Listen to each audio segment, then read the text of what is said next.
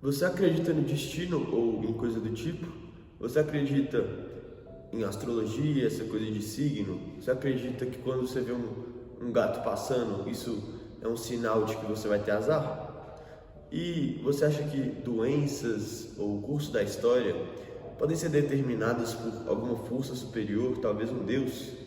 Bom, é mais ou menos sobre isso que nós vamos tratar aqui hoje, sobre como as pessoas antigamente enxergavam toda essa questão do destino, dos mitos e das superstições. Em outros vídeos eu já expliquei sobre os primeiros filósofos do mundo, que eram aqueles que começaram a buscar explicações mais concretas para as transformações da natureza. Eles observavam todas aquelas histórias mitológicas e que tentavam interpretar ali os fenômenos naturais, não concordavam com essas interpretações baseadas puramente em narrativas fantásticas. Esses pensadores passaram então a procurar por respostas mais racionais, mais palpáveis, que fizessem mais sentido para todas aquelas questões sobre o funcionamento da natureza.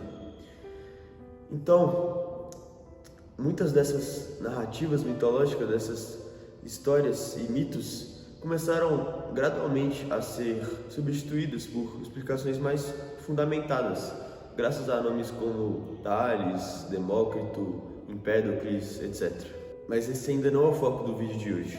Se você quer entender melhor sobre o pensamento desses filósofos da natureza, eu recomendo você dar uma olhada nesses vídeos aqui, que vão te ajudar a ter uma visão mais clara sobre esse início do pensamento filosófico. Mas então, além dessa parte da natureza, haviam também outras áreas em que os gregos tinham que tirar essas superstições do caminho. Eles acreditavam fortemente no destino, principalmente em áreas como na saúde, doença, guerra, política. Para eles, muitos dos acontecimentos da vida já estavam previamente determinados por forças superiores, por deuses. E essa visão é chamada de fatalismo, porque ela pressupõe que nós não podemos fugir daquilo que já está destinado a acontecer. E essa crença é muito vista nas famosas tragédias gregas, que são as peças teatrais antigas, na Grécia, em que o personagem até tenta mudar seu futuro, mas inevitavelmente acaba realizando e cumprindo o que já estava profetizado. Tanto entre os gregos quanto entre outros povos da antiguidade, havia a crença em que o destino das pessoas ou até de nações inteiras poderia ser revelado através de sinais divinos. Uma das formas mais conhecidas de obter esse conhecimento era através dos oráculos. E os oráculos eram instituições ou pessoas que eram consideradas intermediários entre deuses e seres humanos, e que eles eram capazes de transmitir mensagens divinas através de rituais, de sonhos, de interpretações da natureza e até de estados de transe. E além dos oráculos, também havia a crença de que presságios como o voo dos pássaros, fenômenos climáticos e acontecimentos incomuns também poderiam revelar o futuro. Portanto, eles acreditavam que o destino não era algo completamente oculto, mas sim algo que poderia ser parcialmente descoberto com a devida ajuda dos deuses. E até hoje, muitas pessoas acreditam que é possível, por exemplo, prever a sorte nas cartas do baralho, ou fazer a leitura da mão, ver o destino escrito nas estrelas. A cafeomancia, por exemplo, ou leitura da borra de café, é uma prática bastante conhecida em diversas culturas do mundo. E consiste basicamente em quando você acaba de consumir o café numa xícara, sobra aqueles resíduos ali embaixo, o pó do café que sobra ali, e esse pó, esses resíduos são chamados de borra do café, E essa borra, ela acaba formando figuras, desenhos que, com a ajuda da nossa imaginação, da nossa intuição, a gente pode acabar interpretando ali como mensagens sobre o futuro, presságios. Por exemplo, se no fundo da xícara tem um desenho da borra do café que parece um carro, talvez isso significasse que a pessoa que tomou daquele café vai ter uma viagem longa de carro pela frente. Outra superstição desse tipo é a astrologia. né? Quando a gente olha para o céu, a gente vê um caos de luzes piscantes. Mas mesmo assim, ao longo da história, muitas pessoas acreditaram e acreditam até hoje que as estrelas têm algo a dizer sobre nosso futuro e sobre nossa vida aqui na Terra. Antigamente, os gregos acreditavam que os homens poderiam ter acesso, ter conhecimento sobre seu futuro, adivinhar seu destino, através do famoso Oráculo de Delfos, que era um grande santuário dedicado ao deus Apolo, e que lá dentro havia um templo onde ocorria, um ritual, onde ocorria o próprio oráculo. O que acontecia era que a pessoa que ia até Delfos primeiro fazia suas perguntas até o sacerdote do templo, e o sacerdote passava as perguntas para a sacerdotisa, que recebia o título de Pythia, o nome de Pythia, e essa Pythia, ela entrava num estado de transe, num estado com a consciência meio alterada, provavelmente porque ela inalava algum tipo de gás ali, e eles acreditavam que a Pythia, ela se transformava na porta-voz do deus Apolo, e dessa forma ela respondia às perguntas que eram feitas de maneira muito enigmática e abrangente. Então, os sacerdotes tinham até que muitas vezes tentar interpretar aquelas mensagens que a Pythia estava passando, porque elas ficavam muito pouco claras. Então, eles tentavam interpretar para quem estava consultando ali, o oráculo. E tinha gente de todos os tipos que ia até lá para receber alguma orientação, desde reis, generais, líderes, até gente mais pobre. Todos queriam consultar o oráculo antes de tomar alguma importante decisão.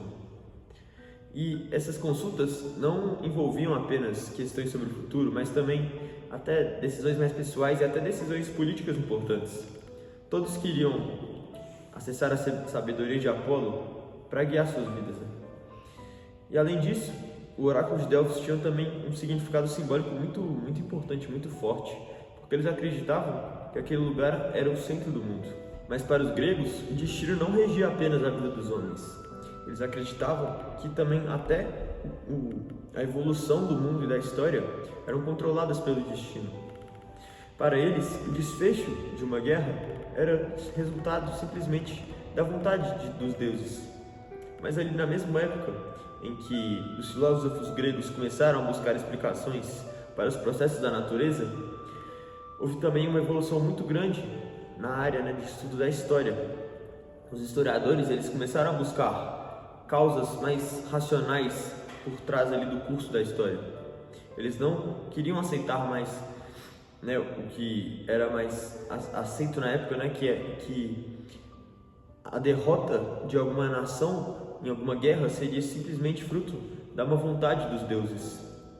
E dentre os historiadores mais famosos gregos da época, os mais conhecidos eram Heródoto e Tucídides. Os gregos também acreditavam que a doença era fruto da raiva dos deuses e, da mesma forma, se os deuses recebessem as devidas oferendas, eles poderiam restaurar a saúde dos homens. Mas não era só os gregos que pensavam desse jeito não, Porque antigamente, antes da ciência moderna chegar, a opinião mais comum era essa de que as doenças tinham causas sobrenaturais. A palavra influenza, que é a famosa gripe, quer dizer exatamente uma má influência das estrelas. Considerado o pai da medicina, Hipócrates nasceu na ilha de Kos em aproximadamente 460 a.C. Segundo a tradição hipocrática, o melhor jeito de prevenir doenças era levar uma vida saudável. E o aparecimento de alguma doença era justamente que a natureza ela saiu dos trilhos, saiu de ordem, por causa de um desequilíbrio corporal ou espiritual. E o caminho para a saúde de uma pessoa era justamente uma vida com moderação, com harmonia, um corpo são e uma mente sã. Hipócrates também criou o famoso Juramento de Hipócrates, que é um texto clássico que define princípios éticos e morais da prática médica. Esse juramento ele estabelece compromissos como a dedicação à vida do paciente, o respeito à vida humana, a manutenção do sigilo entre o médico para o paciente e a não utilização do conhecimento para fins prejudiciais. E até hoje, esse texto ele é utilizado em diversos países como referência para a prática médica. Então, nós vimos como as pessoas do passado buscavam entender o mundo através dos mitos, das superstições e da crença no destino. e como com o passar do tempo surgiram pensadores que começaram a buscar respostas mais racionais para tudo isso. É muito interessante, né? Entender o pensamento humano em cada época e no que as pessoas acreditavam em cada época da história. Até mais.